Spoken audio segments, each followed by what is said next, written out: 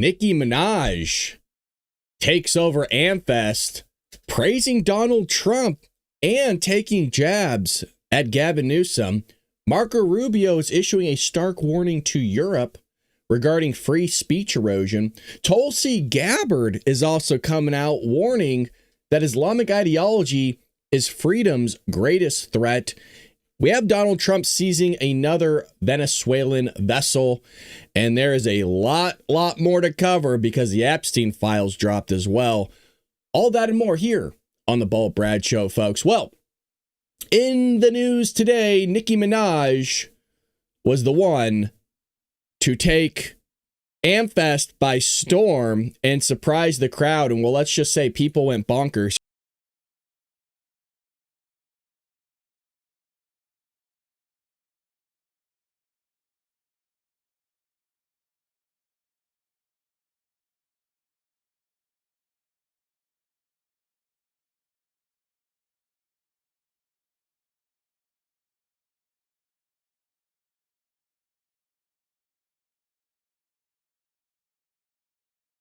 Erica Kirk, the people are loving it. And surprisingly, the thing she spoke of, I don't want to say was shocking, but, you know, people in the musician world, music world, the entertainment industry, you know, sometimes they get this stuff wrong. And sometimes it's better that they just kind of, I don't want to say butt out of it. Everybody's entitled to that freedom of speech. Everyone's entitled to say what they want to say. But rapper Nicki Minaj really stunned the crowd at Turning Point USA's America Fest when she appeared on stage with Turning Point USA President Erica Kirk for a surprise interview. Nobody knew this was happening. She wasn't in the lineup. And in this viral AmFest moment, she praised Donald Trump and JD Vance, which I believe is the part that kind of kicked off all of it, because JD and her were going back and forth in a positive manner on Twitter, also known as X. She calls out California Governor Gavin Newsom. She defends free speech and speaks openly about her Christian faith. And what was nice was she urges boys and girls of all races to embrace who they are. And Minaj also addresses backlash from Hollywood media pressure, why she refuses to be silenced. So there's a lot of stuff here for us to cover. If you haven't already, folks, make sure you head over to baldbrad.com. It is the holiday season. There is merchandise there. We have a book titled Trojan Horse, How the Left is Destroying America. We would love for you to check that out and get yourself a nice copy, or a friend or family member as well. We have merchandise, t-shirts, hoodies, hats, all that fun stuff, folks. So again, that's baldbrad.com. Head over there, get yourself some merchandise. It's good to see all of you in the chat. Let's just go through a few names here really quick while we're scrolling. Karen, Disney, Angel, Miriam, Mizzy, Fecklin, Steven, Dan, Chris. We got all the people joining. Well, there was this unspoken rule in entertainment. You can be political, but you could only be political as long as you are on the left. You're allowed to speak, but only as long as you say the approved things, the right things, the things that we want to hear. And what was cool was Nicki Minaj yesterday kind of violated all of that. She praised Trump, like I said, Gavin Newsom. She criticized gender ideology, all that stuff. So she targeted Newsom, which was nice. And her message to him was, "Dear Newsom, please tread lightly." It should have been, "Hey, Newsom, leave us alone, get out of our lives, step down." Now, thank God I only have a couple more years with this guy in office because he sucks. And here's the sad thing is, they're going to try to find somebody that's even worse than Gavin. And then we got to deal with that shenanigans. This whole thing with Nicki Minaj calling out Newsom is very pleasant. I like it. But it also isn't random, because Newsom, what he does is he represents the exact political machine that her and I and others are pushing back against here in the state of California. You're talking cultural authoritarianism, gender ideology for minors, moral lecturing from the freaking elites all the time.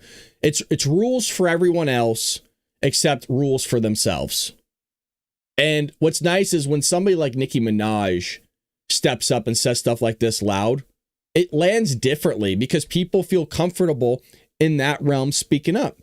Because God forbid you praise Trump or go after Gavin Newsom or go after the Democrat Party when you're in Hollywood or you live in California or whatever. So Erica Kirk asks a very obvious question yesterday. What about the backlash from your industry? And her response was, I didn't notice. That line alone tells you everything about where this moment sits culturally, because the old system depended on fear, depended on you being canceled or, you being isolated, blacklisted, being pushed out. And she shrugged it off publicly. I mean, there gets to a point where you have so much money that you don't really care what people do. It's just kind of like what they say, that the FU money. And then the conversation turned to faith. And you could almost feel the atmosphere in the room change. She talks about praying as a child in Trinidad, going to church in New York, walking away, come back, which is very common in people's faith. What I have found is, especially with the youth, is when their parents force them into church, synagogue, whatever it is, mass, and they're not really understanding what they're there for. They just know they're there for God, but what does that mean to a child? What does that mean to a teen that can't see, God itself? You have to see God through symbolism, or you have to see God through experiences and other things. And people, when they feel pressured, they don't feel like, they're fully in the faith, they walk away. And that's a lot of people. They feel burnt out, all those things. And people slowly come back. Usually that's in the form of having a child or marriage or, some unfortunately tragedy in their life. And so it's not uncommon for people to walk away, but coming back. Her deception of returning to God, like reconnecting with a long lost best friend, hits hard because it's recognizable to a lot of people. And she kind of spoke of that. It's not political. I mean, that's a testimony is what that was, basically. It's exactly the kind of cultural elite that tells people to, kind of keep private. And then there was the question on kids. And I know I'm going fast, but there's a lot of news we got to cover. And if you want to see her full speech, well, you just got to head over to AmFest over at Turning Point USA, and they'll have the full interview. I shouldn't say speech, the interview. It was her and Erica Kirk on stage. The question regarding kids was also brought up. And when asked about children, boys and girls, Minaj doesn't dodge it at all. She talks about self-love, identity, which, and she talks about not repeating harm across generations. Her line lands clean, says, I don't want what was done to little black girls to be done to little white girls, to any girls. And then about boys, be boys, there's nothing wrong with that. This isn't radical, it's normal. Yeah, I noticed this a lot. I've noticed in the past, right? You kind of saw this with Matt Walsh, and it's not taking a dig on him. Even he says it himself, that the fact that he's going out doing a documentary or doing a speech at a university saying a man is a man and a woman is a woman just kind of shows you where things are at in culture and society nowadays. That you get a standing ovation nowadays from people that say a man is a man and a woman is a woman. People will give you a rounding applause for something like that. That's a very sad example of where our society is at nowadays. This was nice to see a rapper. We've seen it before, quite frank, but it's nice to see it again. Somebody embrace Donald Trump, especially from that industry, because all we do is ever feel attacked from them. You know what I mean? So we got a couple clips here for all of you. It says Nicki Minaj urges girls of all races to embrace their beauty at AmFest. Let's see that. We're not being represented and not being admired for our beauty. If we felt like that as Black women, why would we want to do that to other women? Amen. Why would we now need to make other people downplay their beauty so that we can feel, no, that's not how it works. I don't need someone with blonde hair and blue eyes to downplay their beauty because I know my beauty. Do you understand? It doesn't bother me that a woman feels and says that she's beautiful. Amen. Why shouldn't she feel that? Why have we gotten to a point where certain colors or certain kinds of people have to be afraid of loving themselves and loving the way they look? Mm-hmm. Like, isn't that wild? Yeah. We're not. So there was that take. Let's kind of just see what people are saying. This is Eric Doherty. Again, if you don't follow Eric Doherty, I think that's how you say his last name. We definitely use a lot of his content. So head over and check him out. But he's saying that she's spot on here. Matt Van Swall says, you could not imagine this being said from any mainstream celebrity 5 years ago. We are witnessing a monumental shift to the right amongst culture shapers. If we can get traction with this going into the midterms, that would be extremely helpful, by the way. That's why we're spending time on this. It's not a small thing having Nicki Minaj on stage at AmFest. It tends to be, obviously more conservative than Republican. Definitely faith-based is Turning Point USA. You see Charlie Kirk pushing a lot of that. Mostly Erica Kirk actually pushing the faith stuff. Charlie talked a lot about, obviously, Christianity and faith. Don't get me wrong. But in terms of behind the scenes and having kind of a department that's surrounded around faith at Turning Point USA is huge. And this is a big shift. We can get momentum here, getting other people, other celebrities out and saying, look, you know what? We need to go back to normal. Things aren't looking good. Things aren't looking good for Hollywood, by the way. Let me tell you, it's sparse up there.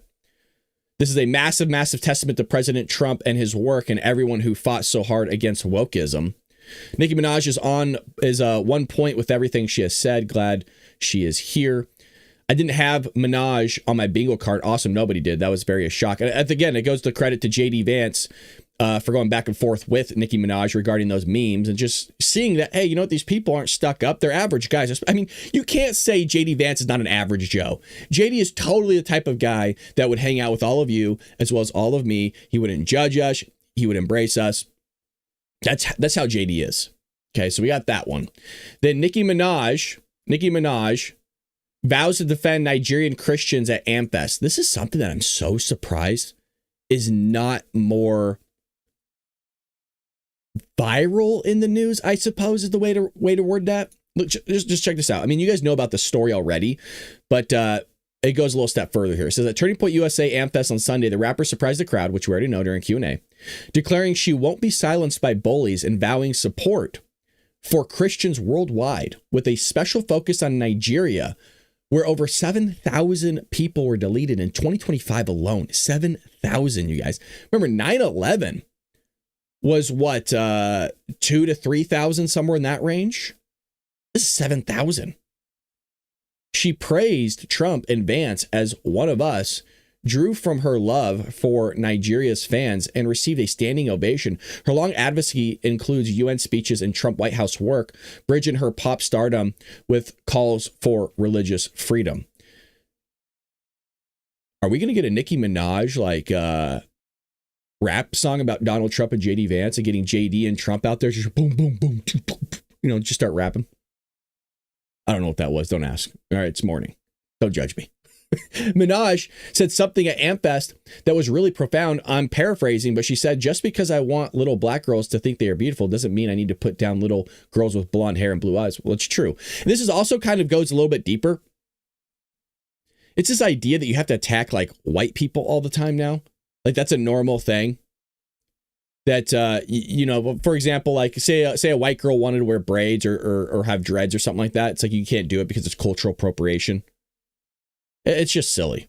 The whole race thing has always been silly to me. I never understood it. That's why we don't talk about it here, because race has nothing to do with anything. And I've said that time and time again. And regardless of whether you say that or not, according to Abraham X. Kennedy, these people on the left, you're just a racist regardless of whatever you say or do. You could say, I'm not racist. They'll call you racist. You could say, I don't care anything about race. No, you're still a racist. It doesn't matter. It's just the fact that you're white or whatever. It really is bonkers stuff. So you have that there. That was the big news in terms of Nicki Minaj and AmFest taking place. So good on her for showing up. Good on her for standing up. I mean, you're putting kind of your career on the line. I understand she has a lot of money, but it is true that, it's not an easy environment to come out on, and you'll probably lose friends over it. People aren't going to want to talk to you, but it also is not uncommon that a lot of people throw Trump, especially his name, inside the rapper songs, the rapper songs. Everybody say good morning. Good morning to you guys. It's good to see all of you. Blackbird says, Karen, unfortunately, no, I got a restless baby, and now we get to watch Brad together. Yay. Well, congrats on the baby. I don't know if that's new, but congratulations. Nowadays, you don't know who's talking about their baby. It could be a dog. So shout out to you, Blackbird. I know you've been here for a long time. Appreciate you. All right. So the other one we have here in today's news, again, we're going to go long today, folks. Hopefully you're okay with that. We're going to be here for a while. So settle in, get yourself a cup of coffee and kind of buckle up. Okay. We got a lot of news to cover, a lot of news. This is one of those warnings that doesn't sound dramatic until you realize how close it is to becoming a reality. Because Marco Rubio just asked a question that should stop every American cold. He said this: are we going to live in a world where an American posts something online, lands at a foreign airport, we talked about this last week with Shib, and gets arrested for it? And that's not it's not a hypothetical anymore. That's a trajectory of what's happening. It's coming out of Europe. If you're unclear of what he's referring to here, before we kind of go even a little bit more further on this, over 12,000, I think it's now 13 plus thousand people have been arrested for saying things online over there in Europe. That's crazy. And by the way, we're not talking like threats or anything like that. We're just talking like, it's a little bit of talking crap. Like if you said a man is a man, is a woman, you said it on somebody's trans page, you're going to jail. You're going to jail. And people think that you're kind of joking when you say things like that, because obviously we have freedom of speech here. But you don't have that everywhere else, and it's only getting worse in other places. Rubio made it clear over the weekend, his concern isn't just Europeans losing free speech, it's Americans being caught in the fallout. Because when U.S. citizens post on global platforms like X, Instagram, YouTube, Snapchat, all that stuff, those posts don't stay American. They exist in jurisdictions that increasingly criminalize speech. And Europe is moving fast. That's why we did an episode a long time ago saying, look, UK is fallen. Europe is in the process of collapsing right in front of our eyes, and we're just sitting back watching it happen. I mean, what can we do about it here in the United States? Not much. But it is crazy to see the West as a whole, we're talking US, Europe, Australia, just sitting back with their hands behind their head and just watching our entire civilization collapse. And we'll get to Tulsi Gabbard's comments, because it definitely has something to do with the collapse of the West, and it definitely has to do with immigration. And that's something we've talked about a lot. This is something the Daily Wire guys talk about. This is something that PragerU talks about. This is stuff that Fox News talks about. I mean, everybody's talked about it, that when you have mass migration, you are going to change your culture. That's why you want to have slow migration. And I've always said, I don't know why even Republicans are saying this, and conservatives, which is really odd. It definitely goes against conservatism. So I don't know why they're pushing that. That, oh, well, we need to revamp immigration to change the process so it's faster and easier. That is what people are saying. You've heard people say it. That to me is crazy. That is wild. Who says things need to happen fast? Always go back to biblical. Always go back to the Bible. The way God created things. We call it natural order. The founders knew this. That's why they looked at our rights. They took it from natural law, the way that God created things, and put it and inherited into our rights. But for some reason, when we look at everything else nowadays, because we live in this instantaneous world where we can stream to each other from around the world, we can all listen in, we get stuff fast, you can order your food, have it, 10 minutes later on your doorstep through Grubhub or whatever those sites are that I don't use. We just want things to happen fast. Things need to happen slowly, efficiently, methodically. It takes time for people to adapt. It takes time for people to change. You want to know a great book? Trojan Horse, How the Left is Destroying America. And I talk a lot about this, to where it takes time to change public perception. Now, it happens a lot quicker nowadays just because of the flow of the media, the flow of the internet. Like, there's things that we could change culture very quickly nowadays, way more exponentially than before. But it takes time to change people's perceptions. Mind you, the example that I gave in the book was when we were talking about United States history, specifically slavery, that when you had the Republicans wanting to change perception of the South, to change their viewpoint on slavery, is very tough, because these people have lived multi-generations in their family, as well as across the ocean, of having slavery. It was a normal thing to do and to have. And the Republicans of the North were saying, well, no, people, these are human beings. We need to have these people be free. Obviously, I'm, making it 2025-esque in terms of the way I'm talking, but you understand what I mean. And to the South, that didn't even make sense to them. And I remember when I was writing the book, I was trying to figure out, because it's such a preposterous idea, right? Saying that people, human beings, were not real people. Like, that's a crazy thing to think. And for us, it sounds crazy, but to people way back when, that was a normal thing of, these aren't human beings, they're property. They're no different than like your chair, your desk, your computer. It's a horrible thing to say, by the way. But that's their perception. So when I was writing the book, I was thinking, how can I take a concept from hundreds of years ago and adapt it to a 20th century, 21st century idea to connect the reader to how the South thought of things? And the way that I described in the book, if you recall, a lot of you read it. Thank you so much for also leaving a review on Amazon. That helps boost our book, by the way. Is robots. That's the best thing I could do. Is robots we look as, oh, that's just a piece of machinery. That's just an asset. That's just something walking around. I promise we'll come back to this. Well, we don't look as that robot having emotions or feelings, right? It's just a piece of programming. It's just a piece of metal. That's how the South thought of human beings. And it wasn't just black people that thought that way. They thought about that way for white people. People forget that there's white people that were slaves. There's a lot of different ethnicities and races that were slaves. It was mostly black people, absolutely. But there's definitely white people intermixed. They didn't think black people were human beings in the way that white people were. And that would be correlated to if you want that same mindset, talk about robots. Obviously, robots aren't people. But it's going to get there with artificial intelligence. At what point does this thing turn sentient? At what point do robots get rights? And I know this is going down a weird road, but that's the point that I'm trying to make here, is that when you're trying to change culture, when you're trying to change public perception, it can be difficult. And you need to give people time. So when you bring in millions of people from another country, mostly third worlds or Muslim or whatever, and they don't carry your values, they're not here for your values. And I don't know how you can get that across to people, folks. They are not here to assimilate into your country. Some of them are, absolutely. But they're outspoken about this. They've said, and we've covered the stories where they're saying they're here for the economy, they're here for the work, they're here for the moolah, the fedia, the money. They're not here for the First Amendment. They're not here for the Second Amendment rights. They're not here. They're here for the American dream, not to assimilate, though. Part of the American dream was assimilating, that if you're going to be here and you're going to try to take hold of what is great, well, then you should assimilate. They're not doing that anymore. They're not doing that. And so now when they come in for your economy and not to assimilate, well, things go down really quick. And Europe is falling right in front of our eyes. So check this out.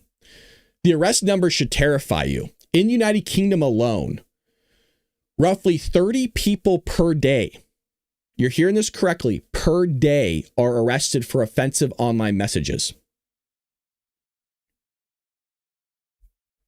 These aren't threats. They're not violence. They're not criminal conspiracies, just offense, like offensive things to say. Like if I posted online, Blackbird's an idiot. Obviously you're not, but you know what I mean, as an example. Or Jeff is a knucklehead.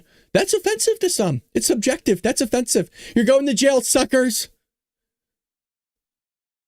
I mean, that's not a slippery slope argument. That's a data point of what's happening here is 30 people per day are being arrested. And it's happening under governments that are still claim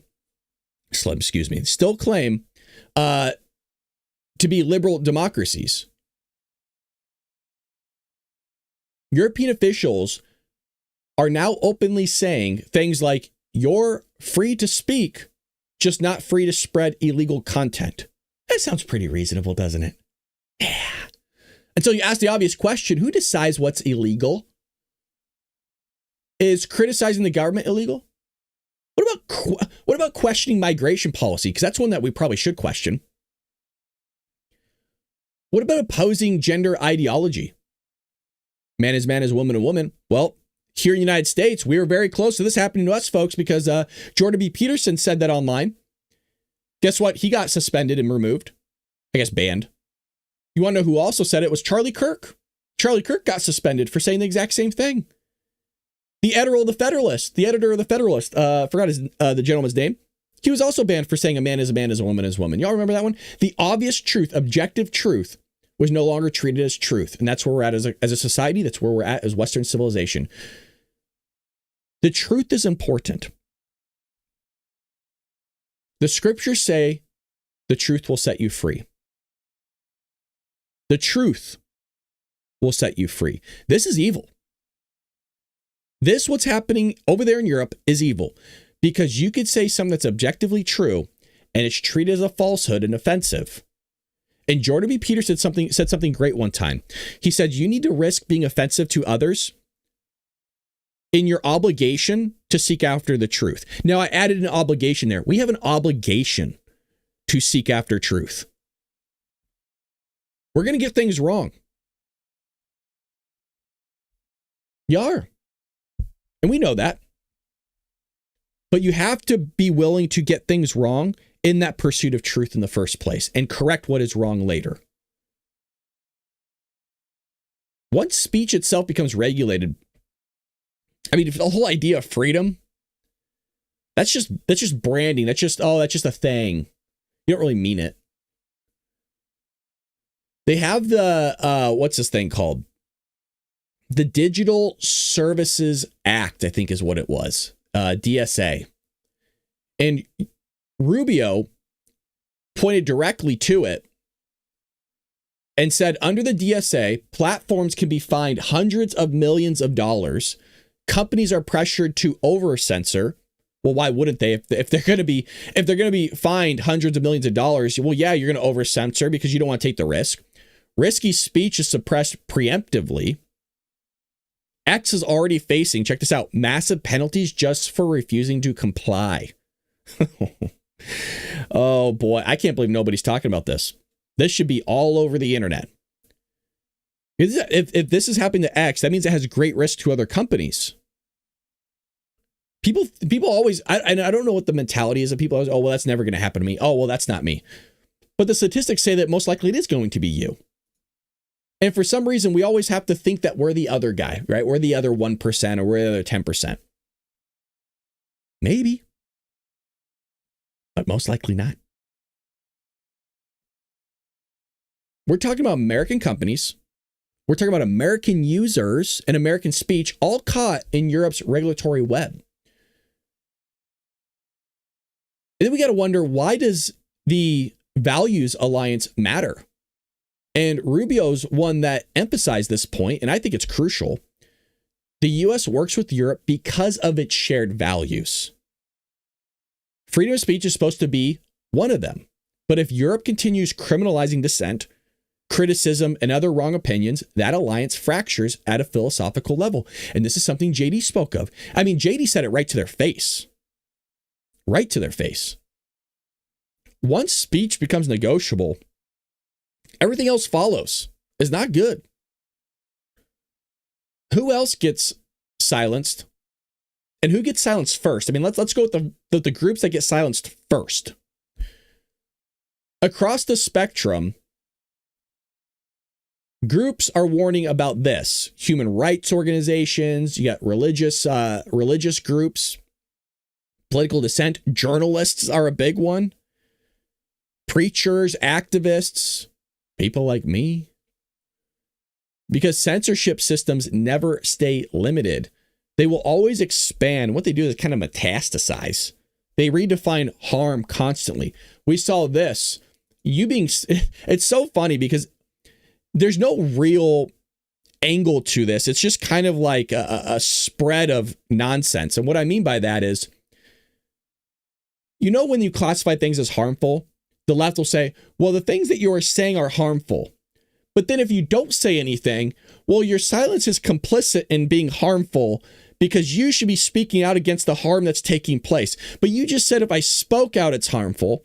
But then if I don't speak out, well, it's still harmful. That's how they think. So it's one of those things, is damned if you do, damned if you don't. There's no real right answer. It's the same way as being a white guy.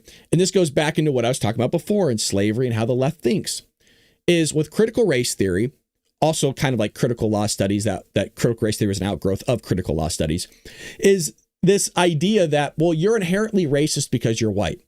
This comes from the 1619 Project. What was it? White Racism or whatever that book was called. I forgot her name. I'm butchering the title of the book, but also, Ibram X. Kennedy, all these people, they'll go, well, you're saying you're not racist, but you are racist. You're racist because you're a white. And there's nothing you can do to change it. You have to accept it.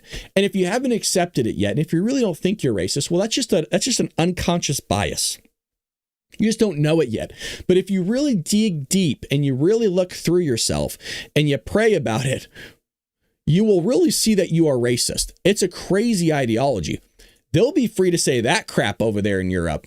But if we ever say a man is a man, is a woman is a woman, oh boy, you're going to jail, sucker. Today it's offensive. Tomorrow it's destabilizing. Well, don't worry. Next week it's going to be dangerous and harmful. And you go to jail. And this is something we can't ignore, you guys. Really. Because if Europe normalizes arresting people for free speech or speech just in general, if global platforms then obey those rules, and if our idiot tech companies comply, then American free speech becomes conditional. I ain't going to jail. I don't want to go to jail. I follow law. So it becomes conditional outside our borders, and eventually what happens is that comes in. Another reason why you want to be careful with immigration, because there's a lot of people now, even from Western countries, that think this is okay, and it's not, and they want to bring that stupid nonsense here. Ain't happening.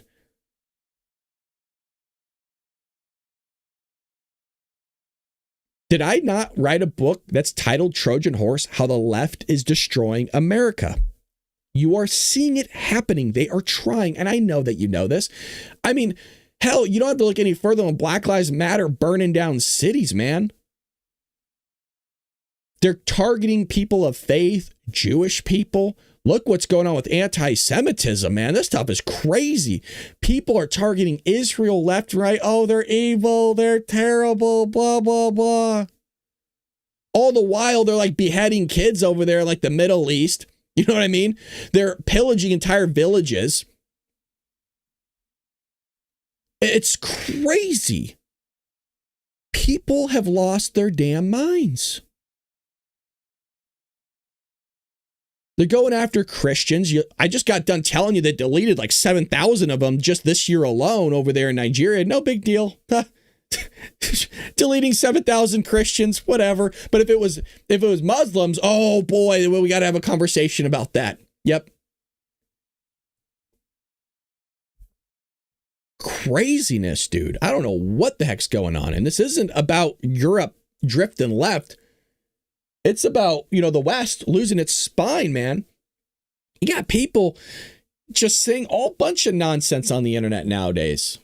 And some people say the same thing about me, but I don't like to think I'm spewing nonsense. I'm still covering how the left's destroying America while our entire right side of the aisle here is fighting with each other. I know who the real enemy is, and I'll tell you what, it ain't each other. Well, I mean, it kind of is, but it's the left. It's the ideology that's crippling this country. It's crippling the Judeo-Christian values that hold this country together. And it's so odd to me. Can I just speak on this real quick?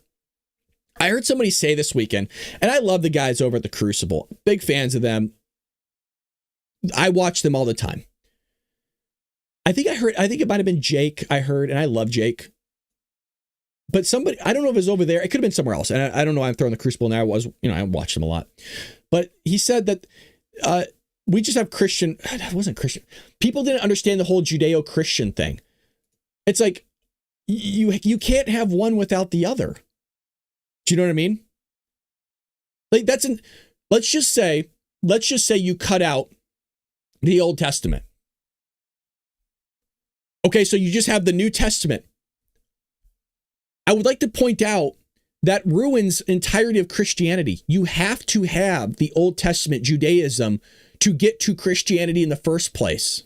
Do you want to know why? It's actually, what's so funny is I gave you a piece of scripture when we left the show on Friday, and I said, if you read the scriptures, you should do that on your own. Read a passage really quick. I said, screw it. I'll just give you a piece of scripture. I have told you now before it happens, so that when it does happen, you may believe. Those were Jesus's exact words. It's an exact quote. I have told you now before it happens, so that when it does happen, you may believe. What he's saying there is, I told you beforehand, I told you for 2,000 plus years that I was going to come through the form of the Old Testament, through the prophecies. Well, now I'm finally here. Now you're supposed to believe. And that was for obviously not just the Jews, but the Christians, the people that were now the followers of Christ, because they believe in his works. But more importantly, because he didn't want you to believe in his works, he wanted you to believe that he was the embodiment of the fulfillment of the Old Testament. We know why you don't want to just believe in his works. And what I'm talking about is the miracles, because he called those an evil and adulterous generation for believing in the miracles that he was doing, because he didn't want you to believe in the miracles. He wanted you to believe in the Bible. The Bible is the source of truth. And that's what he came to fulfill. He didn't come to abolish the law. He came to fulfill it, because through the law, through everything that embodies that law, you should have saw the signs of Jesus. You should have saw who it was. So it's crazy to me that people don't see Judeo-Christian values as in sync with one another, that you can't get to one without the other, especially for Christians. Now, Jews are a little bit different because, well, they don't believe in the New Testament. Hey, I'm not there to judge. Everybody has their own belief system. In the same way, I don't judge Muslims. I don't do that. They got their own belief system. I could question it. I think there's some holes, definitely some holes, some weird stuff in there. But if you talk like this in Europe, though, be careful, you guys, because that's harmful to some people. Yeah, you might be thrown in the brig. Rubio didn't issue a culture war soundbite. He issued a warning, because once speech becomes something you need permission for, once offense becomes a crime, once government decides which ideas are allowed to circulate, well, freedom isn't just eroding. I mean, it's being dismantled, collapsing in front of our eyes. If you're not able to say the things you need to say and want to say that is truthful, it's game over. Oh, it's game over. You see inklings of this in the United States already. And what I mean by that is you can't say certain words on YouTube. That's why our videos, one of the reasons why our videos don't do well, is because I say words that you are not allowed to say on YouTube. And I say a lot of words you are not allowed to say. That's one of the reasons why our channel gets flagged so much, but also they won't promote our videos, is because it's kind of like radio. You can't say certain words on the radio. In here, especially with the algorithms and how YouTube is utilizing AI, every word that I speak is analyzed by the algorithm that's being utilized with artificial intelligence. And so if I say a single word or a cuss word, that hurts sending my video out, which is terrible because, for example, I'm just going to say a word right now. You're not allowed to say the word suicide. You shouldn't say the word kill or death or murder. You can't say those words on YouTube. So right now, automatically, just by me saying that, this video is done. That's the way it has to be, though, and speaking the truth. You can't put a price on truth. And that's what they're trying to do, is put a price. They're trying to punish you. Sad, man. It's sad to see where Western civilization is going, and it ain't good, man. It is not good. If you're enjoying hearing what you're seeing and hearing, if that made sense, I don't know if that came out right, but hit that like and subscribe button. More importantly, hit that thumbs up button over at Rumble, YouTube. We're also over at X. I would be greatly appreciated. Would always love your help and support in that. We're trying to grow the channel. We're grassroots here, and always appreciate hanging with you guys in the chat. Always appreciate you. Well, Tulsi Gabbard gave a warning over the weekend as well. And ideology that ends freedom, Tulsi Gabbard speaks out. So it's not a fringe warning. It's not like a right-wing hot take, because obviously she's somebody from the Democrat Party. This warning comes directly from the DNI of the United States. And Tulsi Gabbard stood on stage over the weekend and said plainly that most Western leaders refuse to say out loud. And I'm going to say it here right now because it's true. Islamist ideology is the greatest long-term threat to freedom and liberty in the world today. And I think there's some truth to that, because, and you're going to see, well, Brad, didn't you just tell me that the left was a threat? Yes, absolutely. But the left embraces this ideology. That's the thing. And the evidence is already playing out, and you're seeing it happen over there in Europe. You're seeing it happen here in the United States, and it's a warning that matters. And Gabbard was precise in her language. She didn't attack a faith. She didn't smear peaceful believers. She didn't even generalize millions of people. She named an ideology, and it's Islamism, a political doctrine. And this doctrine rejects individual liberty. And it's so crazy because you had all these feminists out there. They're all like pro-woman. But anytime you speak ill will about this stuff, oh, how could you bigot? It's like, you do know like what they're allowed to do to their women, right? And all of a sudden they're not feminists anymore. It's I don't know what it is. There's something that flips like somebody's brain, and it's just they go like bonkers. And you're talking to women. You see this a lot on the Whatever podcast, but Andrew Wilson of The Crucible talks a lot about this as well. And it's an astonishing thing to see these women just flip on a dime. You're just like, do you not see the connection that the guy's making right in front of you? It also treats dissent as a crime. And what's interesting is it uses violence when compliance fails, which is odd. Well, what happens? My voice cracked. Yes, it did. What happens when it takes hold? And I bring this up because this is something Tulsi Gabbard talked about.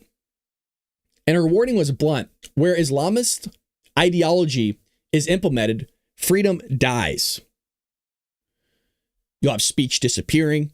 Women are going to lose rights. It's so funny. Donald Trump's going to take away our rights.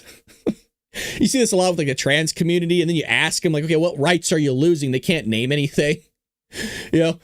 And the big thing is, it always blows my mind. I'm sorry. Again, I used to be pro-choice the most of my life, up until probably like my mid 20s. So it's been about a decade I've been pro-life, give or take.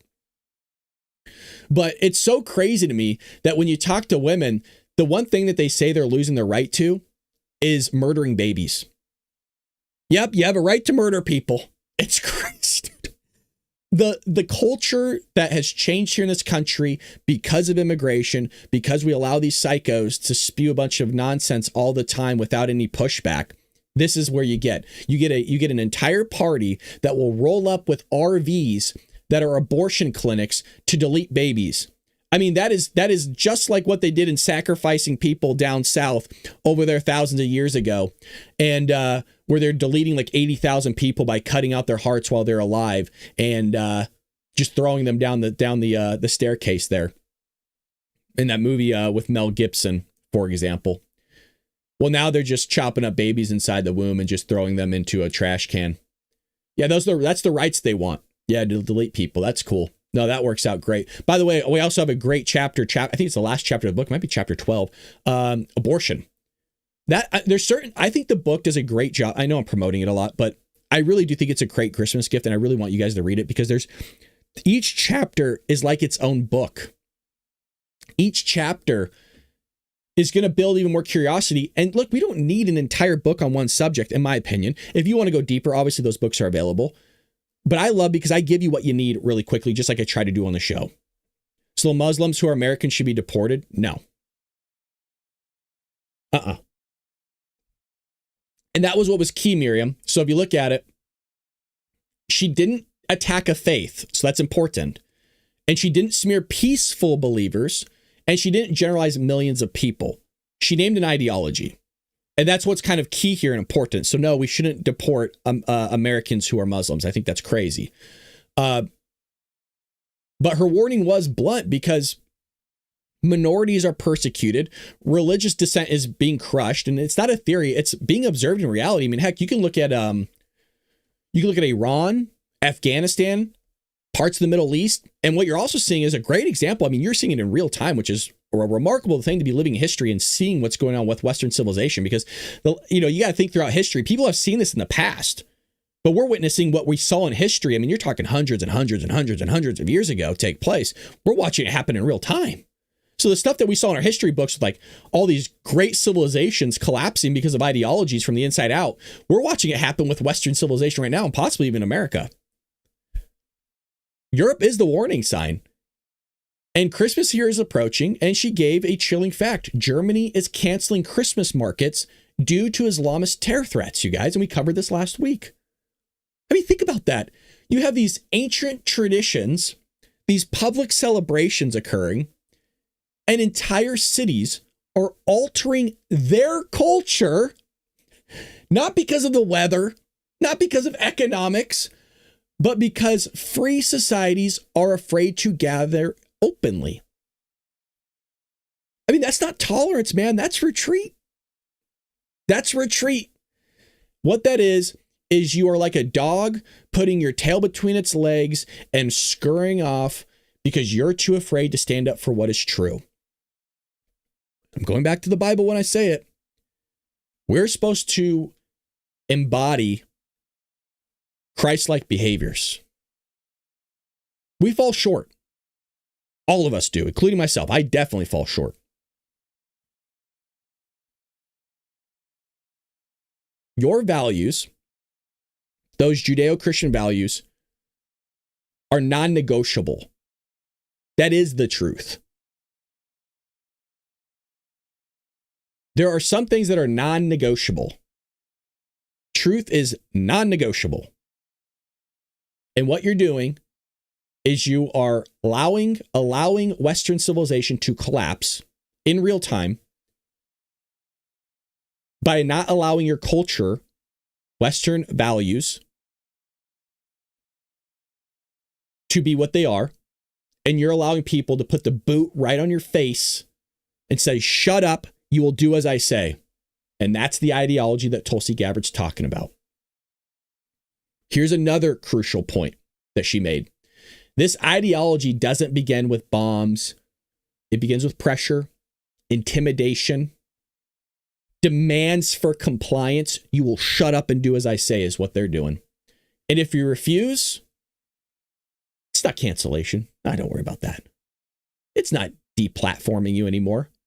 No, that was petty stuff. That was baby stuff. You know what they're going to do? Violence. Blow your ass up. Or they're going to try to delete you with firearms like you saw over in Australia or in other places around the world. That's what they'll do. Islamist ideology does not coexist with free speech. It replaces it. How do we know that? We're watching it in real time. And I told you all, what's our phrase here on the show? We always have to act stupid and pretend that things are not happening. Sorry, but they are happening. You can pretend that they're not all you want. It does not change the truth. It does not change reality. You could pretend all you want that the sun doesn't rise in the east and set in the west. You can pretend all you want. But I'm sorry. The truth is it does rise in the east and set in the west. That's an objective truth. Just in the same way the moon exists. You could pretend it doesn't, but it's there. All these things you could pretend. You could pretend a man is a woman and a woman is a man. Doesn't change the truth. These are natural order truths. Everybody knows that they're truth. But when you pretend with an ideology that something isn't what it is, and you promote falsehoods, that's evil. That is evil. Violence, in some ways, is evil. In some ways. By the way, hit that like button again if you haven't already. You also have a constitutional conflict with all this. This goes into what I was talking about, because at the heart of her argument, her is Tulsi Gabbard's argument, is something really foundational, that America is built on the idea that rights come from God, not the state. What you need to know is that Islamist ideology, it completely rejects it. Not just a little bit, entirely rejects it. Rights are conditional. Freedom is granted only to those who comply, and dissent is punishable offense. You can't have these two systems coexisting. It doesn't work. It's like water and oil, man. It just doesn't, they don't mix well. And for some reason, leaders won't say this. They're not saying it because naming the ideology invites backlash. You can crap on Christianity and Jewish law, Judaism, all you want. you get a free pass. But the moment you say anything towards anything else other than that, you're a bigot, you're wrong, you deserve to be. I mean, everything that I said that they're doing is what they want to do. I mean, it's crazy that when you give examples of what they're doing, and then when you start calling out what they're doing, the very thing that you gave examples for, now they actually want to put upon you. They're not going to try to cancel you or deplatform. I mean, that will be a part of it, right? That's just the surface level stuff. But in really what they'll do is they'll want to come after you, is what they'll want to do. So everything you say that they say is false. Oh, we would never do that. Oh, you're naming an entire blah, blah, blah, or whatever. No, you're actually doing exactly what I said that you were doing. So I'm speaking truth. You're pretending as if I'm lying when I'm not. And you are giving examples of what is actually occurring. The problem is, again, you have to pretend that it's not happening. You have to pretend that what they're saying is truth and that it's the way to go by. It's the Bible. It's not. Judeo-Christian values are. Again, if you talk about this, you will get backlash. It's easier just to stay vague. And political correctness feels safer than truth. But the issue is, and will always be, is that silence doesn't reduce the threat. It actually enables it. Because if you pretend, well, that's when your culture changes and that's when your society collapses. And pretending all belief systems share the same relationship with freedom is how societies sleepwalk into decline, man, and it's going to collapse.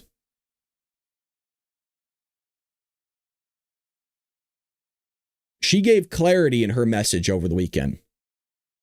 Once a society censors itself, alters its tradition, it abandons public life and suppresses speech to avoid violence, while other people actually commit violence upon you by utilizing their speech, it already lost something essential. Very, very essential. Not good. Not good at all. Here's a little bit of clip of her speaking over the weekend. A threat to our freedom that is not often talked about enough. And it is the greatest near and long-term threat to both our freedom and our security, and that is the threat of Islamist ideology.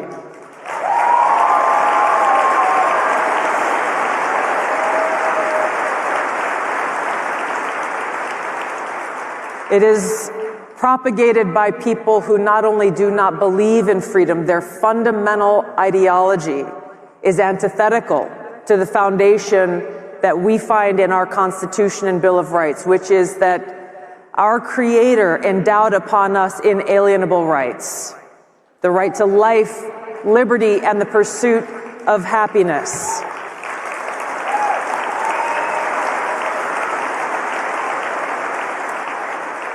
Now, Charlie focused on this quite a bit. He talked about it in ways that very few others did because he understood this direct threat to freedom. When we look back to the attack on 9/11 that happened 24 years ago now, it changed so many of our lives, where thousands of Americans were killed by Islamist jihadis who attacked us on that day. And we were confronted with the reality of the lengths that they will go to try to attack the foundations of who we are as a country. It was a day that changed my life, probably like some of you in the room. It's what motivated me to enlist in the Army, to go out and to fight and to defend and to defend our freedom and defeat those who are attacking us. It does show you how quickly culture can change. In 24 years, we have completely forgotten. Even if it's in the history books, which, by the way, they don't really teach 9/11 in the history class, by the way. I've asked, like, how deep do you guys go? Oh, well, you know what they do? And I haven't just seen this in one school. I asked about this. I'm like, because, I lived through it, as did all of you. And I'm going, what did you guys learn about 9/11? It's one of the biggest events to happen. It's like almost like Pearl Harbor, right? The day that lives in the day lives in infamy, December 7th, 1941. And we remember that every single year. 9/11, we do the same thing. But it's crazy to think how we just forget. Dude, it's nuts. Just shows you how quickly culture can change. Really, really can. All right. Well, there's the Epstein files and what they're trying to do. Let's actually just go through this article. I'm going to skip my show notes on this one. Let's go through this. Here we go. Let's skip my show notes for a second here. Legacy media hosts spent a good part of Sunday morning discussing the hundreds of thousands of pages of photos and documents, all related to the late convicted pedophile Jeffrey Epstein, that were released to the public on Friday. For those who don't spend their Sunday mornings glued to the television and their Sunday afternoons attempting to dig through this week's worth of network and cable news media spin, the Daily Wire has compiled a short summary of what you may have missed. Nearly all of them were concerned that too much information had been redacted, and some were also complaining that the document dump, despite its volume, did not account for the remainder of the information that had been covered under the Epstein Transparency Act. House Minority Leader Hakeem Jeffries, who can be counted among the majority of Democrats who exhibited zero interest in releasing the Epstein files when the party had controlled the House, the Senate, and the White House. Correct. Joined ABC News anchor Jonathan Karl on This Week to complain about the fact that not everything was released on Friday. You mean the same stuff that you didn't want to release for 4 years? The Epstein files, the administration was required by law to release them all on Friday. Are they in compliance with that law? Well, the survivor of the Epstein nightmare deserved full and complete transparency. Again, I'm going to ruin this for you. The guy speaks like Mike Tyson. Well, for survivors, he was really in there for the ring. He put up the 5 fights. Really tough guy, but I eat your children. I'll tell you what, I'm Mike Tyson. I'm going to eat your children. I'll bite your ear off and eat it as beef jerky. They've terrible been Mike advocating. By the way, it was a terrible Mike Tyson impression. Okay, it's morning. Give me a break. With such courage and bravery, Congress has acted decisively. Bipartisan majorities in both the House and the Senate. Bill signed into law by the president. And it does appear, of course, that this initial document release is inadequate. It falls short of what the law requires. Now, the statute requires the so-called Department of Justice at this moment within 15 days to provide a written explanation to Congress and to the American people as to why they've withheld certain documents. We expect that written justification should be transmitted within the next week or so, and then Congress can take it from there as it relates to determining why this non-compliance has occurred. Your Democratic colleague, Ro Khanna, said that, that if the Justice Department is not in compliance, and he clearly believes that they are not, that there should be impeachment proceedings for Attorney General Pam Bondi. Do you think that's is that on the table? Well, I think there needs to be a full and complete explanation and then a full and complete investigation as to why the document production has fallen short of what the law clearly required. And so the next step in the process is going to be that written justification to try to explain to Congress, to the survivors, most importantly, and to the American people, why things have apparently fallen short of what the statute requires in terms of turning everything over from the Department of Justice investigatory files. Geez, what a snoozer, huh? God, dude. All right, well, we're going on here. Senator Rand Paul, Republican from Kentucky, suggested that it was a mistake. It was a mistake to release any of the files if they were not going to release everything at once. Any kind of indication that there's not a full reveal on this will just plague them for months and months more. So my suggestion would be give up all the information, release it. Yes, and he's correct here. Yeah, you're not doing yourself any favors, man. I don't need to click on that. What was I doing? Here we go. Senator Rand Paul of Kentucky. Senator Paul, let me begin with the Epstein files. Your Kentucky colleague, Thomas Massie, obviously was the force that forced this release. He is saying that the Attorney General is violating the law and could, in fact, eventually be prosecuted for doing so. What's your reaction to this partial release? You know, I've supported transparency on the Epstein files from the beginning. I've voted repeatedly to release them. I think it's a good idea. I think that trust in government is at a low ebb, and that people need to trust that justice is the same whether you're rich or poor.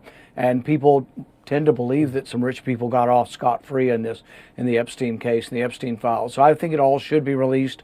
I think it's a big mistake. I mean, look, the administration has struggled for months and months with something they initially ginned up and then sort of tried to tamp down. So any evidence or any kind of indication that there's not a full reveal on this will just plague them for months and months more. So my suggestion would be give up all the information, release it. You know, what's going to happen to people if they don't, that will play out over time. But my suggestion to them is be transparent and release everything the law requires of you. He's not wrong. On CBS News Face the Nation, guest Representative Ro Khanna, oh boy. Ugh. It's a Democrat from California. If you guys, you'll see who it is. If anytime you get any Democrat from California, you know it's just going to be some sort of knucklehead statement.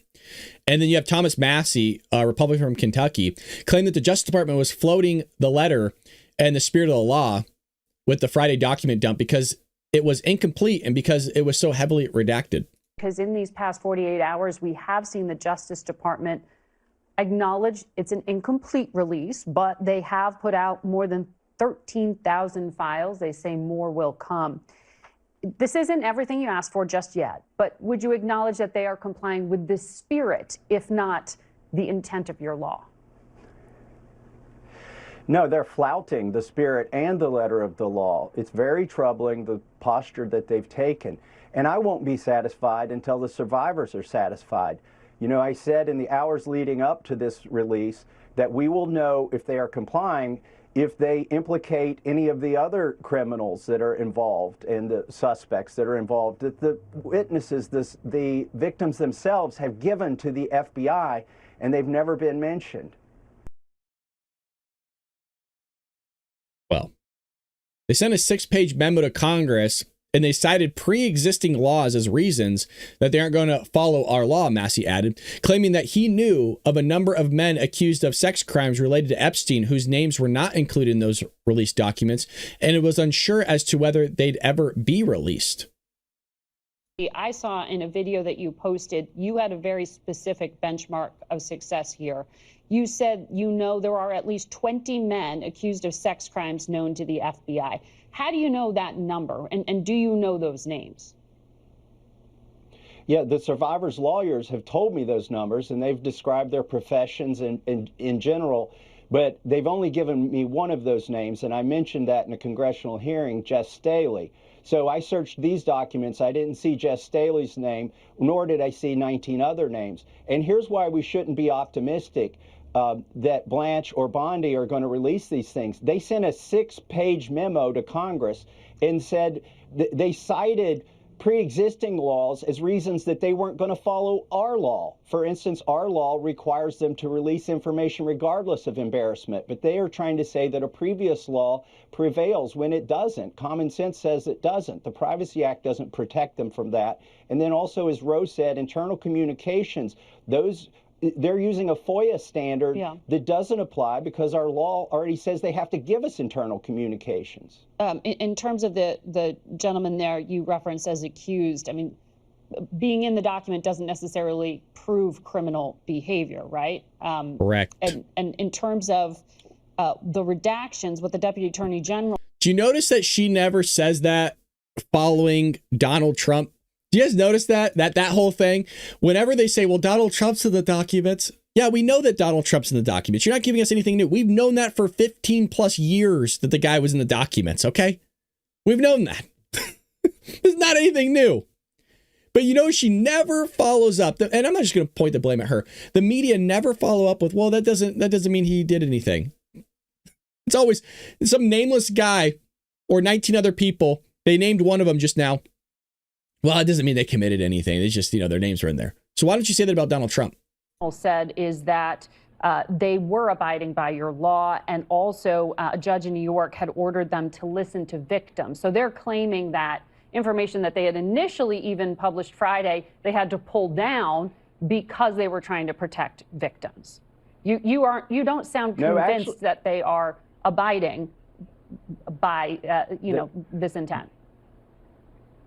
No, they are not abiding. And all three judges who released the grand jury material said that our law trumps the prior law. That's just common sense, Law School 101. Yet Todd Blanche is using a different theory that wouldn't survive first contact with any court, which is he's trying to say that prior laws override our law. That's not the way this works. Well, you could be the one to judge of that. Khanna suggested that Congress could hold Attorney General Pam Bondi in contempt over the release, adding, I believe we're going to get bipartisan support in holding her accountable, and a committee of Congress should determine whether these redactions are justified or not. What you're seeing, and this is a very good example, I might be reading too far into it, but usually I don't, is you can kind of see that if we lose the midterms, which most likely we're going to at this point, you can see that Congress is going to spend every waking moment going after Donald Trump and his administration and his cabinet and the DOJ and the FBI and all that stuff, investigations galore all over again. That's why we got to get out and vote, man. That's why I think it's important that people like Nicki Minaj were coming out, because I think they know what's up. What are you going to do about it to force them to comply? I mean, can you do anything? Oh, absolutely. Look, people have talked about, and by the way, Todd Blanche is the face of this, but it's really the Attorney General's office, Pam Bondi, who is responsible. And there are several ways to get at this. Some take longer, some are shorter. The quickest way, and I think most expeditious way to get justice for these victims, is to bring inherent contempt against Pam Bondi. And that doesn't require going through the courts. And give her, and basically Ro Khanna and I are talking about and drafting that right now. Okay, well, I mean, on another network this morning, Democratic Senator Tim Kaine said impeachment or contempt, it is premature, Congressman Khanna. And the Deputy Attorney General said, bring it on. They don't seem to be taking this very seriously. And if you just don't have the math in the Senate, including at least now this Democratic senator not being convinced, doesn't that sort of show that you're at the limit of pressure? No, we only need the House for inherent contempt, and we're building a bipartisan coalition, and it would fine Pam Bondi for every day that she's not releasing these documents. I'll tell you why. I've talked to the survivors, why this is such a slap in the face. One of the survivors said they released her name accidentally, but they still have not released the FBI file about the people who abused her at her request.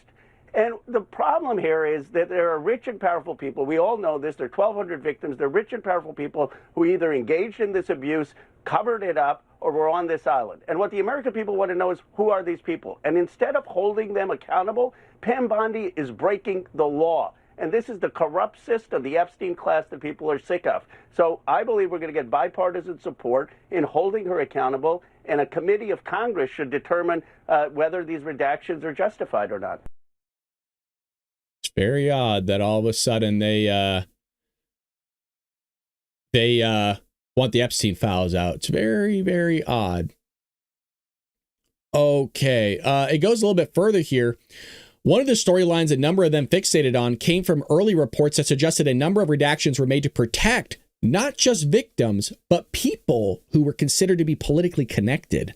This narrative picked up steam quickly as it revealed that a handful of the photos that were released on Friday were quickly pulled down, a move that Deputy Attorney General Todd Blanche said was made out of concern that some of the women in the photos might need to have their identities redacted. Of course, the fact that one of the photos appeared to include President Trump quickly became media fodder as well, as host Margaret Brennan asked Khanna about that directly. There have been images released in the past 48 hours. Some of them include former President Bill Clinton. There's at least one image of Donald Trump. I should say neither man has been accused of any wrongdoing related to Epstein, though. Wow, she said it after. Probably, you want to know why? Is probably with all these lawsuits, Donald Trump putting a $10 billion lawsuit on the BBC. They clearly knew him. But since Friday's publication, we're showing the image here now. Yeah, but we all seen this image back here with Trump, Melania, Epstein, and Ghislaine Maxwell. This isn't anything new. They keep showing stuff that's been out there for years and pretending like it's new. Do you know what I mean? And what's funny is they've posted pictures. It's really messed up. They did this with Michael Jackson. Let me see if I can pull this up for you really quick. It's actually really messed up what they did, because they're making it seem, now Michael Jackson had his problems, right? But it's kind of messed up because they hid the kids' faces right here. Do you see this Michael Jackson photo? So there's a picture of Michael Jackson, Bill Clinton, but if you look here, they hid these faces. The issue is that there's another angle here. It's his kids, you guys. Let me see if I can find it. Yeah, right here. You guys, it's his kids. Here's the other photo. So there's Michael Jackson, Bill Clinton, and I forget her name. Is that, oh gosh, I should know her name. She's old singer. Anyways, Diana, I think it's Diana Ross. But that's just his kids. I don't know. Michael Jackson is joined by former President Bill Clinton. For a night at the Apollo, a Democratic National Committee fundraiser at the Apollo Theater to kick off Every Vote Counts. This is what they posted, dude. Controversial singer was spotted at the Palm Beach International Film Festival. Reportedly, he's house hunting there. I don't know what that has to do with this, but... And then they posted this photo here with Jeffrey Epstein. But it's kind of messed up to like make it seem that original photo was with some of the victims when it was just his kids. So I wanted to point that out because it just they keep redacting these photos it's kind of manipulating people. Do you know what I mean? And it might get the better of us. That's why I want to come and bring it all to your attention so that you're not kind of fooled. Just take a moment. Anytime you see something blacked out, it just goes to show you never know what it is. I mean, it's blacked out. And then your imagination runs wild, right? And that's when the conspiracy theories come out. You just got to pull back a moment, take a breather, and think about it. And just go, you know what? I don't know what's behind that black bar or that censorship thing. And so I'm going to reserve my opinion and judgment about that individual in the photo and wait till more evidence comes out. There's nothing wrong with that. And you know what? If that was you in that photo, you'd want the same thing from the people that are viewing that photo. You would want that said about you as going, you know what? I don't know what that guy's doing. And there you go. You don't know. So stop trying to come up with all these freaking observations and things that you don't know anything about. Wait till you have more evidence. That's all. Just wait. Nothing wrong with that. One of the pictures was pulled down. There were 15 images total that were then redacted from the DOJ website. And it's kind of hard to see, but it's an open drawer with a photo of President Trump. Why do you think that was pulled down? Because the Deputy Attorney General says this was victims saying that their privacy or somehow their integrity was being compromised by having that image published. Well, I'm less concerned about that photo. I don't know the facts. My concern is the major documents that we know are out there that haven't been released. The 60-count indictment that shows massive financial fraud and foreign interference, the prosecution memo. And look, they put out these Bill Clinton pictures. Well, they're allegations that they're foreign governments that potentially were involved. And that all needs to come out. And it needs to come out in the indictments. It needs to come out in the prosecution memos. But the reality is they put out these pictures for Bill Clinton. Fine, put it all out, but don't distract from the fundamental issue, which is who are these powerful people who visited the Rape Island? I mean, there are 1,200 victims. It defies common sense that it was just Epstein and Maxwell, and they're hiding something. And you know why the American people are so upset? My ex account. I just want to point it out again. The Democrats had all three branches of government and never talked like this for years. For years, they never talked like this. We need it out there. There's foreign governments involved. There's thousands of victims. We need the names. They need to release this stuff. The American people want it. It's like, bro, like what? Like, what, you think we're stupid? That's what they do think. They actually do think you're all stupid. And including myself. They think we're all stupid. I had MAGA supporters supporting me for the first time, saying, you know, Pam Bondi whiffed, according to Susan Wiles. She is breaking the law. She needs to be held accountable. You're referring to the Vanity Fair quote that the chief of staff gave saying the whiffed, and she said that Pam Bondi gave them binders full of nothingness, and then when it came to the client list, she said it was on her desk. There is no client list, quote, and it sure as hell wasn't on her desk. Do you see that as an acknowledgement here, though, that the politics have overtaken the substance? No, for us, it's about the survivors. And if you look at Thomas Massie and my comments the morning of the release, we were giving Blanche the benefit of the doubt. We said, if it's not all there, fine, just get the information out. It's when the survivors said that this is an insult, this is a slap in their face, that we aren't getting the truth about who these men were on Rape Island, that we started sounding the alarm. And this is more documents of nothingness. And I guess the question the American people have, even to me, is the system so corrupt? Is the system so corrupt that Thomas Massie and you defy the odds, pass a bill through a discharge petition, get the Senate, get the president to sign it, and still these rich and powerful people are being protected? Who has this kind of hold on our government? What are they hiding? Why are they not releasing this? Gotta love how they didn't speak anything of this. So that it just pretty much continues the same messaging. And yeah, you know, all of a sudden Democrats care. Let's do a little bit of a palate cleanser here really quick. I want to show you all this. This is has nothing to do with really the news, just something to, you know, kind of do a little bit of a pause and a break in between the news, because there's a new movie coming out in almost a month, and it's called Melania. And I have not seen this trailer, and I think all of you might be interested in watching it with me. So we're going to check out this new movie, Melania, by MGM Studios, I believe is who's doing it. And, well, here we go. Here's the trailer. Shh. Simmer down. Here we go again.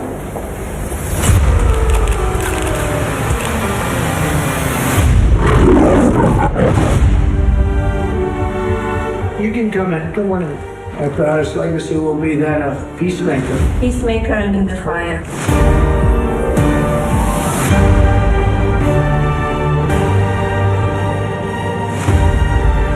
Beautiful. Together, with like-minded leaders, we have a voice. Is it safe? It is safe.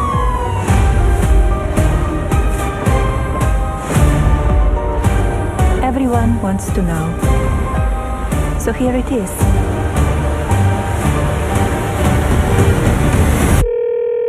Hi, Mr. President. Congratulations. Did you watch it? I did not. Yeah, I will see it on the news.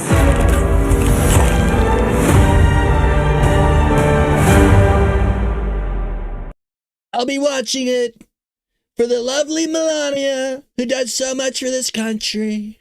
By the way, still a rocket, huh? Dude, she is still really gorgeous at her age. I don't know how old she is, but that's a tough woman, man. Like, man, you got to put up with Donald Trump shenanigans. I love the guy. Like, I love Donald Trump. But you cannot be a weak-minded woman. That is a strong lady, dude. And damn.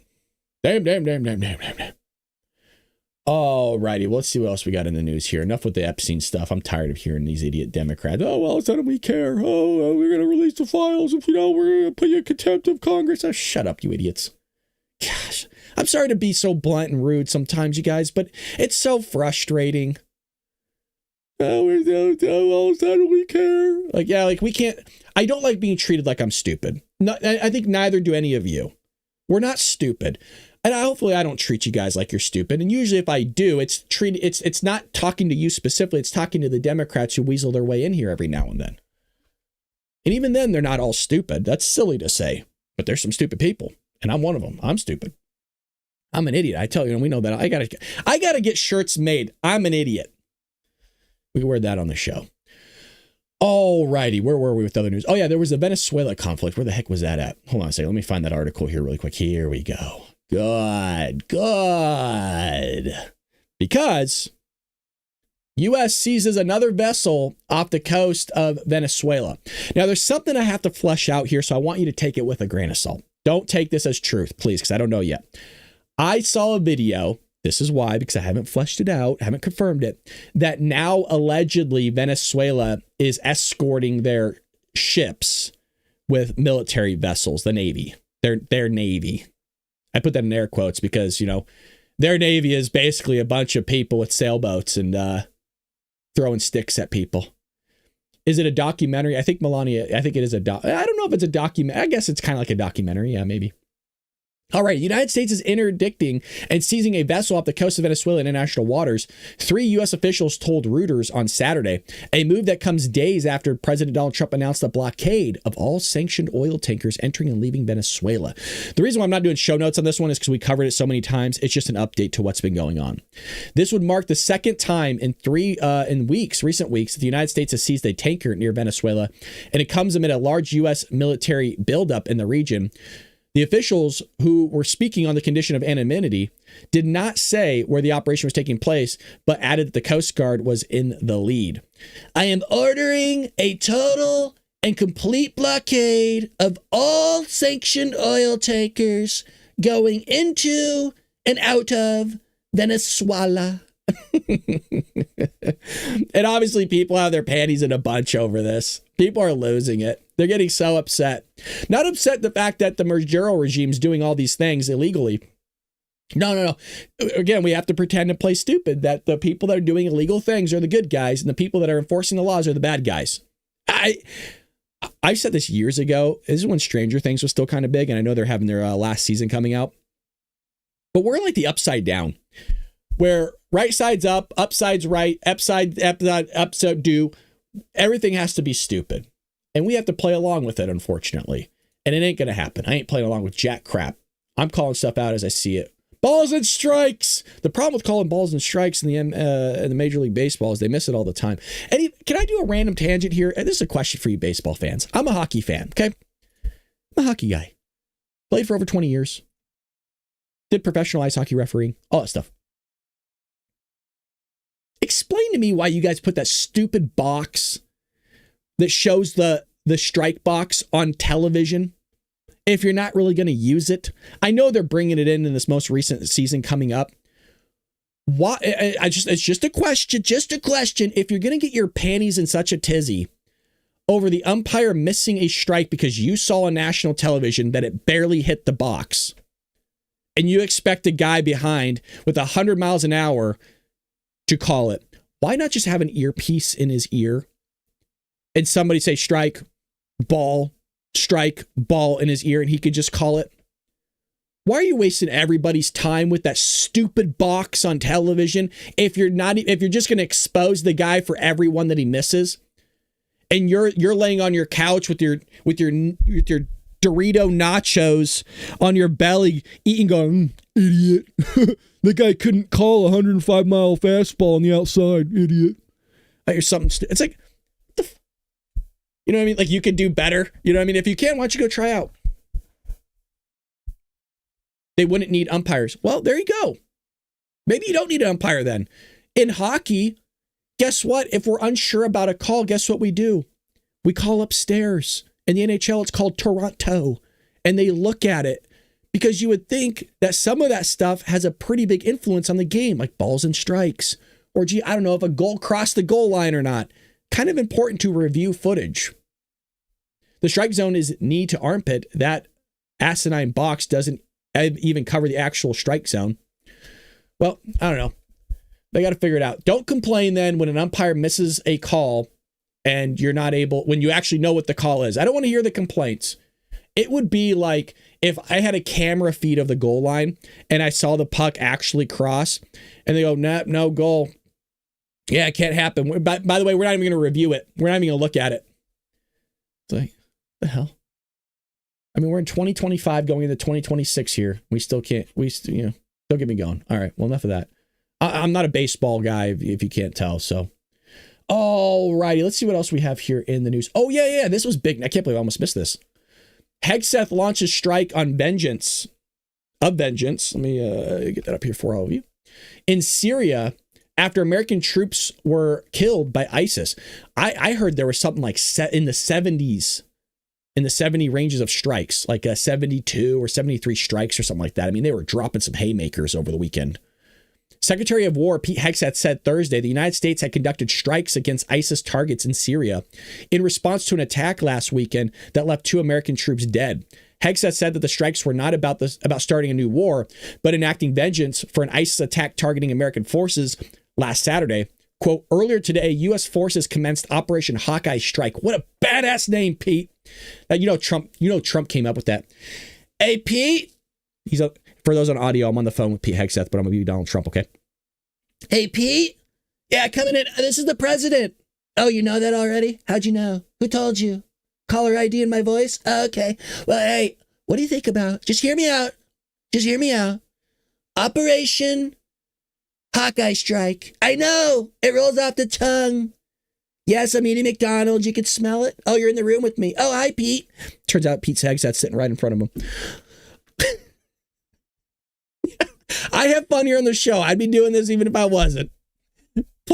Acting out Pete Hegseth and Donald Trump's relationship. It will be embodied, embroiled, and legendary for the show. Pete Hegseth sitting right across from Donald Trump and he still calls him on the phone. Could you imagine? Where was I?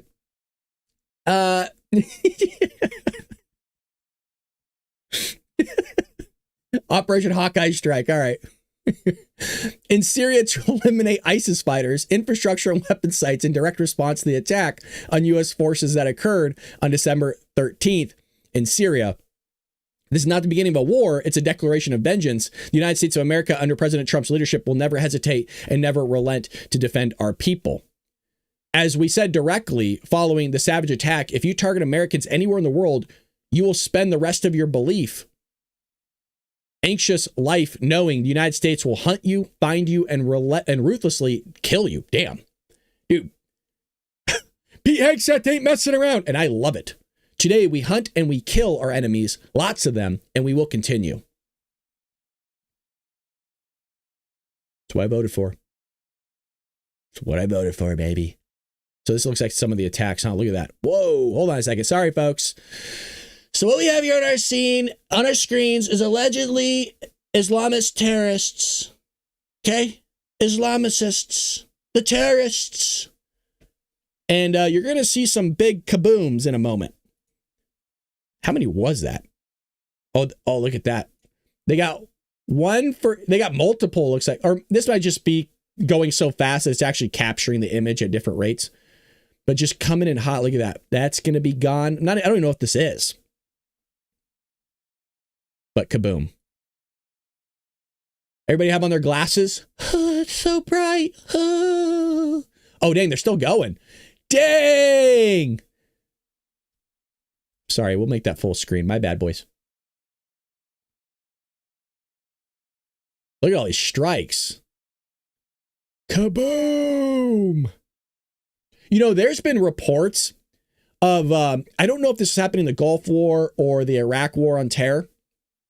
There was a lot of reports happening. And this is what I heard. I couldn't tell if they're being satirical or not because I'm like, how the hell does somebody survive that? They were saying that when they were dropping 500-pound bombs, is that these guys were surviving these hits. It was just blowing them off in a way. It wasn't actually blowing them apart. These 500-pound bombs were not deleting these terrorists. It was just blowing them out. So they were still surviving these 500-pound bomb attacks, like, allegedly. I couldn't tell if they were being satirical. I was taking it as satire because I'm like, I don't picture somebody surviving a 500-pound bomb because it doesn't mean it's directly hitting you, right? I mean, if it lands on top of you, you're dust. But that's what they were saying, and it wasn't uncommon. They're big kabooms. Yeah. Wow. Shout out to our United States military service members for keeping us safe. You never got that from Joey, did you, boys? You never got that from Joey. No, Joe Biden just bent over and said, yes, sir, may I have another? All right, let's see. This is also really good news, you guys. I always want to try to give you some good news. So good news is we're blowing up terrorists, which is always nice. Like, I'm not one to advocate for violence. But when it comes to terrorists deleting American soldiers or going after your family or my family or others, I'm fine with it. So here's some good news. This is also another thing that, Donald Trump cleaning up Joe Biden's mess. The Trump administration finds more than 129,000 missing migrant children. Remember how Joe Biden lost like 300,000 children and nobody ever wanted to talk about it? It's still crazy to me because some of these children were sold off into forced labor, like sex slavery, human trafficking, all that stuff. And Democrats are like, well, we're here for the children. It's like, bro, your entire party right now wants to mutilate children. You want to give them puberty blockers, hormone enhancers. They actually teach them. We covered this years ago. They teach them in the school system how to masturbate and use butt plugs at like second or third grade level in New Jersey. You have these underground gross clubs on school campuses that teach them all these things. And then you bring in adults to strip dance in front of them. We've seen the footage. We've uncovered it. That's why we were highlighted on Project Veritas with James O'Keefe in a positive light for exposing all this stuff. It is crazy with what's going on. And then they lose 300,000 children. And then you got these nut jobs on TikTok doing live saying it's not happening. Because you have to pretend like things aren't happening. And when you get to pretend that things aren't happening, well, then you get to be an idiot online and people are into that stuff. The Trump administration has found more than 129,000 migrant children who went missing under the Biden administration. Homeland Security Secretary Kristi Noem announced on X Friday that federal authorities located the children after the Biden administration lost them and that too many were exploited, trafficked, and abused. We will continue to ramp up efforts and will not stop until every last child is found. Federal authorities and officials combed through immigration court records and data kept by United States Citizenship and Immigration Services to find the children. A federal government source familiar with the operation told the Daily Wire they only counted those who showed up for their immigration hearings. What does this say? Oh, it gave the number of traffic. Oh, my bad. I keep clicking it. It was a massive undertaking since the Biden administration kept poor records on the children after they crossed in the United States, said the source, who was granted anonymity because they weren't authorized to speak publicly. Quote, under the Biden administration, the data was so bad and our ability to find where these cases went was so bad. We just had to comb through every single agency to see if these kids had ever stepped in front of another agency. The kid had to be present in court for us to count it. Earlier this month, the Trump administration revealed that it located roughly 62,000 of the missing migrant children. I mean, this is just amazing, right? Not only do you have the Trump administration stopping the mutilation of minors finally with these trans surgeries, but now you got him rescuing children and he's the evil guy. It's so wild to me, dude. This is why you have to expose this stuff and talk about what Donald Trump is actually doing. Because if you just listen to mainstream media, you're going to come up with all this nonsense that he's an evil, terrible guy. It's like, dude, he has the big, beautiful bill that's putting more money back in your pocket next year. You're going to be thanking God that you voted for the guy because your taxes are going to be better than they have ever been unless you made more money, which is also a good thing under the Trump administration. You're making more money. You have these people complaining, well, my tax bill didn't go down. Yeah, because you made extra money, you idiot. So you jumped up a tax bracket. That's why. So God forbid you make more money. Oh, gee, so terrible. I'm making more money under Trump's administration. What a bad guy. You got a secure border, which we voted for, which is what we wanted. We got 2-something million people allegedly self-deporting or being deported in the first year alone. Not as much as I would like, but hey, it's happening. You have a culture shift with Nicki Minaj coming on stage and other influencers supporting Donald Trump. And you have him saving lives by going after these terrorists, blowing up these drug cartel boats, actually taking an initiative to execute the laws in the books. And now he's saving children and a lot more other stuff. We don't have enough time to talk about all the great things Donald Trump is doing. But under the Biden administration, roughly 500,000 migrant minors crossed the border unaccompanied. Many of them were released to poorly vetted sponsors who whistleblowers say never had to appear in person to prove the child was going to be at a safe home. I'm going to say that again. Under the Biden administration, roughly 500,000 migrant minors crossed the border unaccompanied. Listen to this. Many of them were released to poorly vetted sponsors who, whistleblowers say, never had to appear in person to prove the children were going to safe homes. And you know what they say on TikTok, all these debaters? Oh, it never happened. It's not real. Oh, you're going to believe that? The vetting concerns were also corroborated in an Inspector General's report released last year. Yeah, we can't believe that either, though. We're not supposed to believe anything anymore. Gotcha. Okay. We got to believe something here. Whistleblowers said they believed some of the sponsors were traffickers and gangbangers. Wouldn't surprise me. Roughly 291,000 unaccompanied migrant children were never given their court dates, the government watchdog found. Oh, and then we're supposed to believe that all these illegal immigrants were given their court dates too. Huh. Sure.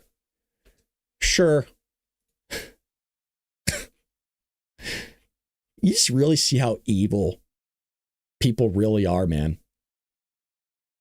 It's crazy. And I know I'm preaching to the choir now, but it really is nuts. It's so bonkers. There's this satire piece, and we're going to skip that. We're going to skip that satire piece. See what else is going on here. That's pretty much it. I think that's all the news that's kind of broken. Let me see if there's anything else that I'm missing here. Moscow. Is there anything you guys want me to cover real quick? Give a hot take or anything? Let me know.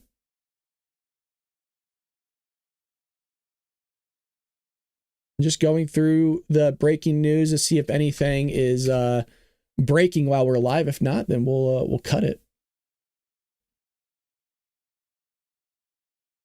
Let's see this really quick. I guess there's a trailer here for The Odyssey with Christopher Nolan. Let's check this out really quick. That's a little bit of fun. We're on vacation. The trailer here for us, another one. I'll be honest. Kind of looks boring. I've read the book. As most of us did, 'cause you had to read it in school. And they've also done movies on it in the past. It's not exactly the most thrilling of stuff. Yeah, I don't know, man. It looks cinematically cool, but I don't know. But I don't know what you guys think in the comments. I don't know. C-Dog, I did see the video. Yes. Yeah, I don't know, guys. I'm a Chris Nolan fan. It just didn't do it for me. There wasn't much happening there. Everybody keeps talking about NVIDIA. I don't know why everyone keeps talking about NVIDIA. I guess they're making chips here or something like that. I don't know. Alrighty, well, we'll cut it there. I don't see any breaking news as of right now. That's pretty much everything. And that's it.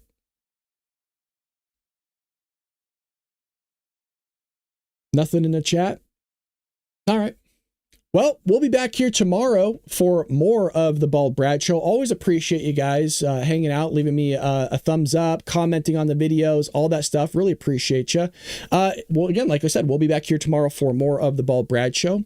And read your scriptures, read the Bible, read a passage, a paragraph, a page. Always appreciate you. Thank you to everybody that also donates at baldbrad.com.